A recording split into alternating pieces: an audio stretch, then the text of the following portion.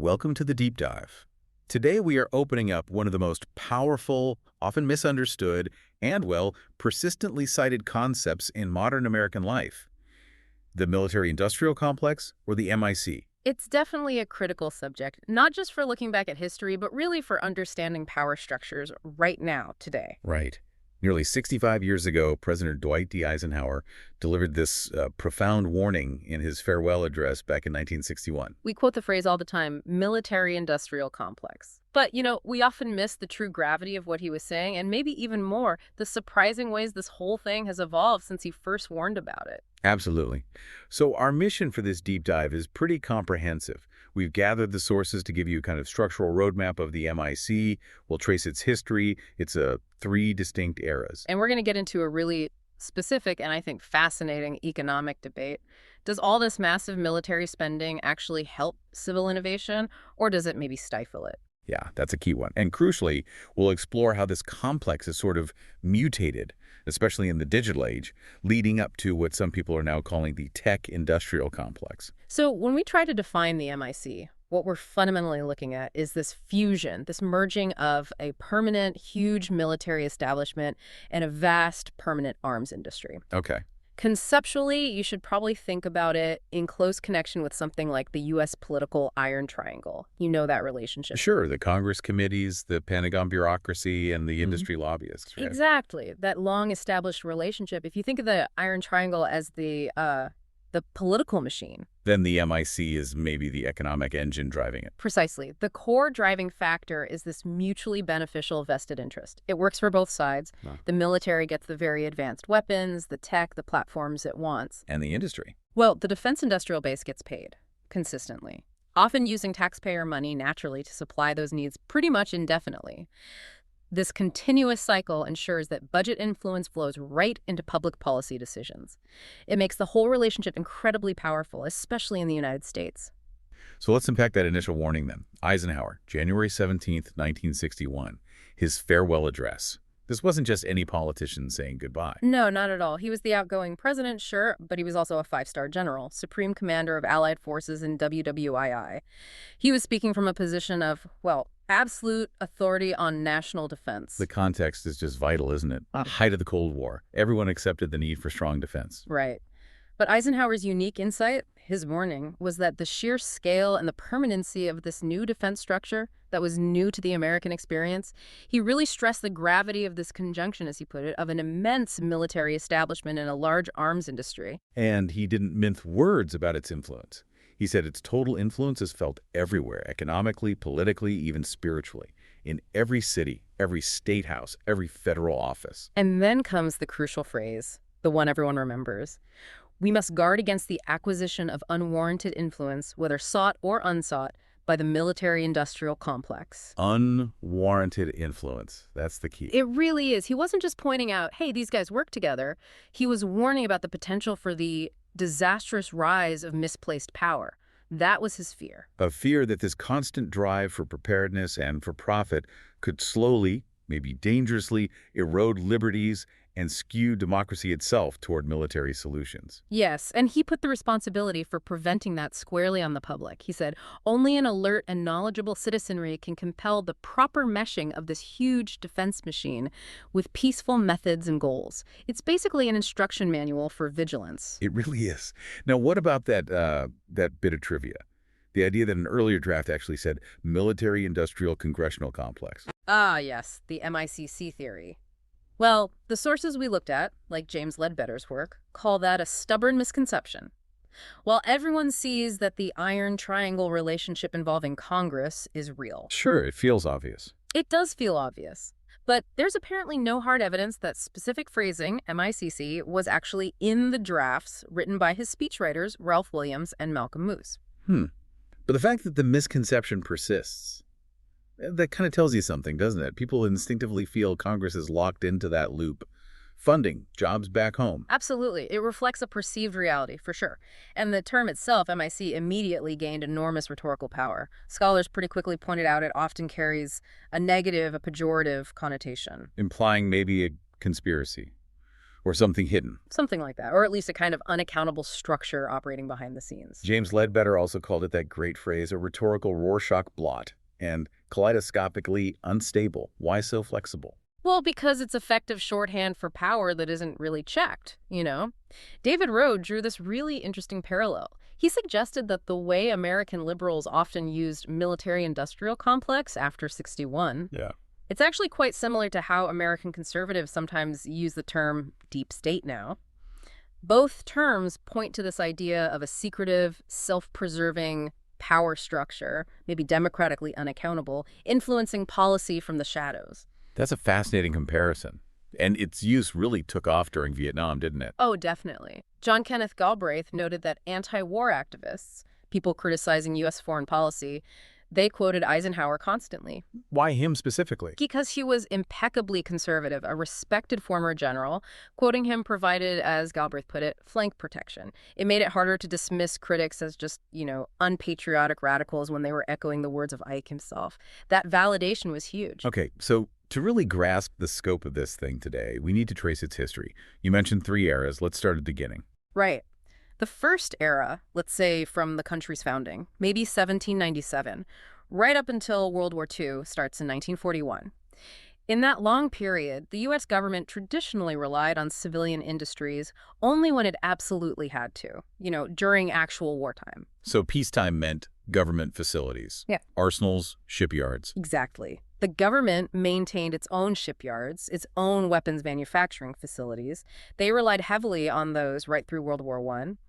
Private industry got involved temporarily, scaled up for the war effort, but then It scaled back down. No permanent partnership. pretty much the assumption was things would return to normal after the fighting stopped. But World War II changed everything, massively. Utterly transformed it. President Franklin D. Roosevelt created the War Production Board.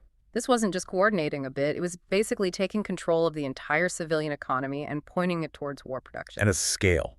Yeah. The numbers you mentioned are just mind-boggling. They really are. Arms production went from about 1% of annual GDP before the war to a staggering 40% of GDP at the peak. 40%. Pause on that. 4 out of every $10 the entire country produced went into the war machine. That kind of commitment leaves a mark. A profound, lasting legacy. When the war ended, those big U.S. corporations, Boeing, General Motors, you name them, they didn't just shut down their defense work. They kept it going. They kept it going, and they actively expanded their defense divisions, permanently. This is the moment the industrial part of the MIC really became a permanent fixture. The large arms industry Eisenhower would warn about was born right here. And this is also where that argument starts, isn't it? That the MIC actually helps civilian tech. Things like night vision, GPS, they have military origin. Yes, that's where the seed of that debate is planted. And this structural shift leads us straight into the second era. Kicks off around Eisenhower's speech in 61, lasts until the Soviet Union collapses. This is the Cold War peak. The MIC becomes just a standard feature of political life. And a major target for critics, especially during Vietnam. Absolutely. Thinkers like Seymour Melman, Noam Chomsky, they used the MIC framework to launch really powerful critiques of U.S. foreign policy. They argued American actions weren't always driven by real threats, but sometimes by the internal needs of this massive industrial complex. That idea that the machine keeps going regardless of the outside world, it reminds me of that quote from George Kennan. Kennan. Yeah, the architect of Cold War containment himself. A really provocative statement he made in 1987. He said, basically, were the Soviet Union to sink tomorrow under the waters of the ocean, Then what? the American military-industrial complex would have to remain substantially unchanged until some other adversary could be invented. Wow, that is deeply cynical. Suggesting the complex needs an enemy to justify itself more than the country needs the complex to fight an enemy. It's a stark view, suggesting its own survival budgets, careers, becomes the primary driver, maybe even over actual national security needs sometimes. But hang on, if that's true, then why did the end of the Cold War actually lead to talk of a peace dividend? Didn't the Soviet collapse force some kind of real adjustment? It did force an adjustment, yes, but maybe not the kind people expected. The adjustment turned out to be mostly temporary, and it primarily led to consolidation, not really dismantling. So the peace dividend, the idea that defense money would shift to schools or roads, that didn't really happen. Not on the scale many hoped for. It was pretty short-lived. What happened instead, starting around 1993, was the Pentagon facing smaller budgets, actually told the defense contractors, hey, you guys need to merge, consolidate. Interesting. The Pentagon itself pushed for fewer, bigger companies. Which brings us neatly into the third and current era, post-1990s. This era is defined by that consolidation and, increasingly, by digital transformation. And the consolidation was huge. The sources mentioned $55 billion in mergers just between 1992 and 1997. It wasn't just shrinking, it was a massive concentration of power into fewer, much larger corporations. Like Lockheed Martin, Northrop Grumman, Raytheon today. Exactly. The industry either got much bigger vertically and horizontally, swallowing up smaller players, or companies shifted their focus. These giant defense firms realized, too, that the whole U.S. domestic economy was now, in many ways, tied to their success. But here's where the story takes a really modern turn, right? The competition is changing. Totally. The traditional giants, the ones building the planes and missiles, they're still dominant in hardware, but now they're facing really aggressive competition for Pentagon dollars from Silicon Valley. Tech companies. Tech companies, and other agile firms. We're talking about places like Anduril Industries, founded by Palmer Luckey of Oculus Rift fame, and Palantir, the data analytics giant. And what are they offering? Not tanks, presumably. No, they're bringing capabilities focused on things like cloud computing, artificial intelligence, fusing massive amounts of data, cybersecurity. These are areas where the legacy defense contractors, frankly, often struggle to move quickly. Their whole structure is built around decades-long hardware projects. So it's a shift from bending metal to writing code. In large part, yes. The strategic priority is moving. It's not just about buying more stuff. It's about upgrading the military's entire operating system, making it networked, data-driven, AI-enabled. Why are companies like Anduril gaining traction then? And how does the money adapt? It comes down to speed and agility, really, which is where venture capital, VC funding, comes into the picture. Legacy firms might take 10, 15 years to develop a new fighter jet. These tech firms can deliver software updates and new AI capabilities in months, sometimes weeks. That speed difference is huge. And the VCs noticed. They definitely noticed. Oh. VC funding specifically for defense tech doubled between 2019 and 2022. That's a massive signal. Private capital sees defense tech as a major growth market now. It's transforming the complex, again, from just hardware to this digital networked machine that operates much, much faster. Okay, let's shift gears a bit and look at the economic heart of this. That debate. Does military spending actually help or hurt civilian innovation? Right. For decades, the military subsidy theory was pretty popular. The basic idea was that huge defense spending acted like an incubator. How so? Well, the argument, especially during the Cold War, was that military investment in really high-risk, cutting-edge stuff, advanced aircraft design, early electronics, the first computers created these indirect benefits, these technological spillovers that eventually helped civilian industries. And the classic example everyone uses is Boeing, right? The KC-135 tanker and the 707 airliner. That's the canonical example, exactly. The theory goes that the government deliberately overpaid for the military KC-135 tanker. Essentially hiding a subsidy. Precisely.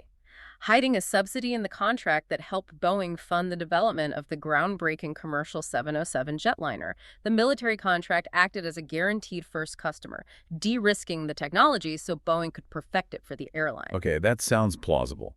But here's where Eugene Goltz's research comes in, and it really throws a wrench in that narrative. It really does.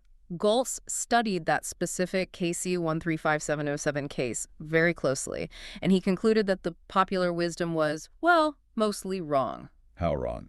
His analysis showed the actual direct technological benefits and the financial spillover from the military tanker to the commercial airliner were surprisingly minimal. Boeing already had a lot of commercial know-how, and often military specs are very different from what airlines need. But didn't the sources also say being seen as an arms maker could actually hurt commercial sales? That was another key finding from Goltz, yes. Boeing's image as a big defense contractor actually hampered its commercial jet sales in some important international markets. Countries wary of U.S. military ties were sometimes reluctant buyers. And he used the example of Convair to show the downside. Right, Convair is almost the cautionary tale here. They were heavily involved in military aircraft. And that hurt their commercial jets. Goltz argues it led to disastrous decisions on the commercial side. Convair got so focused on meeting complex short-term military requirements that they kind of lost sight of what commercial airlines needed. Things like long-term efficiency, durability, cost-effectiveness. So the military work crowded out the commercial focus. Essentially, yes. It diverted top talent and resources away from developing a truly competitive commercial product. They failed in the commercial market. So Goltz's big conclusion really challenges that whole military spending is great for civilian tech idea. It strongly suggests it often fails to explain the success of American commercial industries, like aircraft. It supports the counter-argument that military R&D might actually crowd out commercial innovation by pulling the best scientists and engineers into specialized defense work, starving the civilian sector. Any benefits are often accidental, not a planned outcome. Okay, let's bring this right up to the present day. The sheer scale of the MIC now. It's not history, it's a massive economic reality. Absolutely. Just look at the headlines. In December 2023, President Joe Biden signed a record defense spending bill into law. How much? $886 billion. Wow, nearly $1 trillion. Nearly $1 trillion. And to put that $886 billion into perspective for you, the listener, that single bill is bigger than the entire economy of many countries. It dwarfs the entire annual budget for something like the U.S. Department of Education. It really shows you the priority defense spending gets. And globally, how does the U.S. stack up? The CPI data you mentioned paints quite a picture. It does. If you look at military spending as a percentage of a country's own GDP, how much of their national wealth they dedicate to it, the numbers show the burden varies hugely. Who's at the top? Ukraine, facing invasion, is at 34.5% of its GDP. Just incredible. Israel is second at 8.8%, Russia around 7.1%. These are nations under intense pressure. But if you switch from percentage burden to just raw dollars spent, Then the picture changes dramatically. Two countries dominate. The United States is way out front, nearing that $1 trillion mark at $997 billion in purchasing power parity terms for 2024. China is second, quite far behind but still huge, at $555 billion. Russia's third at $412 billion. so the U.S. spends almost as much as the next two combined. Pretty much. And that sheer scale of spending, that $997 billion, feeds directly back into that unwarranted influence Eisenhower warned about. This money isn't spread out evenly. It's highly concentrated geographically. It maps the politics of the MIC. Out concentrated. Well, the sources show that if you take the 20 biggest U.S. defense contractors, ranked by their defense revenue, on average 53.5% of their total money comes from defense contracts. So over half their business is the military. For the group average, yes. And for 6 of those top 20 firms, it's over 75%. Their entire business model basically depends on defense budgets. And where are these companies located? This is the striking part. The headquarters of 11 out of those top 20 corporations are right there in the Washington, D.C. metro area. 11 out of 20. And even more specifically, 5 of them are headquartered in one single town, Reston, Virginia, right outside D.C. Rest in Virginia. Why does that geographic clustering matter so much? How does that feed the iron triangle? It makes the infamous revolving door incredibly efficient. Think about it. Former congressional staffers who wrote the budgets, former Pentagon officials who managed the contracts, retired generals who use the equipment. They leave government service. And they step right into very well-paid jobs as executives or lobbyists at these defense firms headquartered literally down the road in Reston or D.C. Lobbying their old buddies. Essentially, yes.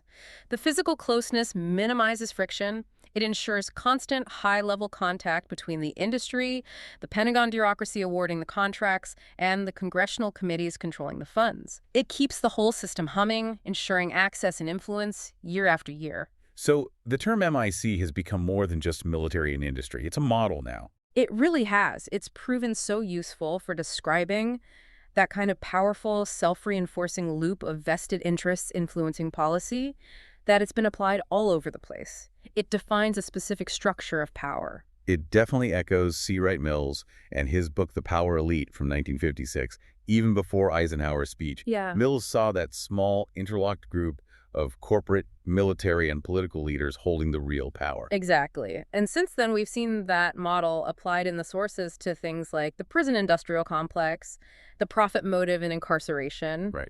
The pharmaceutical-industrial complex linking drug companies to medical policy, the entertainment-industrial complex, the medical-industrial complex more broadly.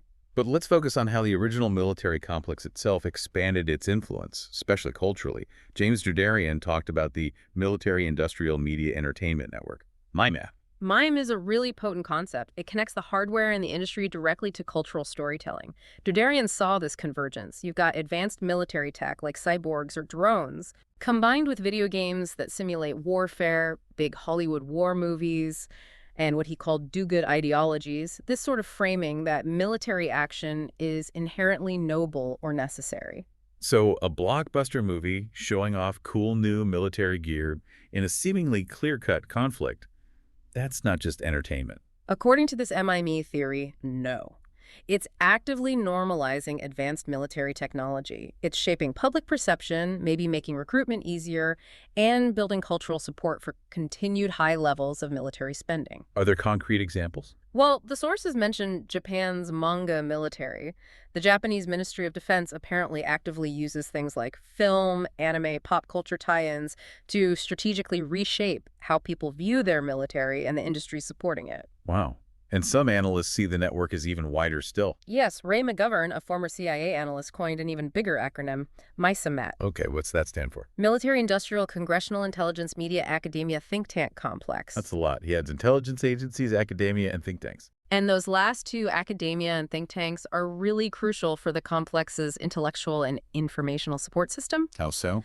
Think tanks, often funded directly or indirectly by defense contractors or politically aligned groups, produce the policy papers, the reports, the expert commentary that provides the intellectual justification for specific military policies or budget requests. They create the rationale. Exactly. And academia can provide research backup, specialized knowledge, sometimes personnel, lending a veneer of objective validation to the whole enterprise. So the complex isn't just building weapons, it's actively building the intellectual and political climate needed to justify its own existence and growth. It's about shaping the narrative, controlling the intellectual environment, making sure the policy discussions generally favor more spending, more engagement. This expansion of influence, controlling the narrative, it leads us directly to the most recent evolution mentioned in the sources, the shift from controlling hardware to controlling information itself. That seems to be the new frontier. The tech-industrial complex. And this term gained huge prominence because it was used in a direct warning, reportedly, by outgoing U.S. President Joe Biden in his hypothetical 2025 farewell address, echoing Eisenhower in '61. A hypothetical warning, but what was the specific concern attributed to him? According to the outline, he explicitly warned about this new tech-industrial complex. He reportedly stated that Americans were being buried under an avalanche of misinformation and disinformation, enabling the abuse of power. The warning centered on the huge, maybe largely unchecked power of big tech platforms and their leaders, the new industrial giants. And the sources link this hypothetical warning to specific events, concerns about tech power merging with political power. Yes, the context provided suggests the warning followed things like the high-profile appointment of tech figures, say Elon Musk, in a potential second Trump administration, and also reported overtures to Trump by other major tech leaders like Meta's Mark Zuckerberg or Amazon's Jeff Bezos. So the fear wasn't just campaign donations, but a deeper alignment, a potential for policy capture by these tech oligarchs. That seems to be the implication, yes. And the information angle was highlighted by the reported dismantling or weakening of fact-checking programs, particularly at platforms like Facebook Meta. How does that connect? The suggestion in the source material is that deliberately weakening these safeguards against misinformation, whether due to political pressure or just commercial decisions, is what enables that avalanche of disinformation Biden supposedly warned about. So the complex evolves again, from controlling tanks and planes to controlling code, algorithms, and maybe the very reality people perceive online. Exactly. The fear, much like Eisenhower's original fear, isn't just about economic power. It's about a new kind of oligarchy where corporate tech power can potentially manipulate or undermine democratic processes by controlling the information ecosystem itself. The threat shifts from purely military hardware to information and ideology, a profound change. We have definitely traced an extraordinary journey today. We kicked things off with President Eisenhower's really potent, specific warning about the military and the arms industry, rooted in Cold War hardware. We followed its history, that total mobilization in World War II, its Cold War peak. Then the consolidation and the huge digital shift we see now. We also got into that tricky economic debate, finding maybe military spending isn't the innovation engine people thought, and might even crowd out commercial progress. And we finished by seeing how this idea of a complex has expanded, pulling in media, entertainment, think tanks, academia, culminating in this very current, maybe quite alarming idea of the tech-industrial complex.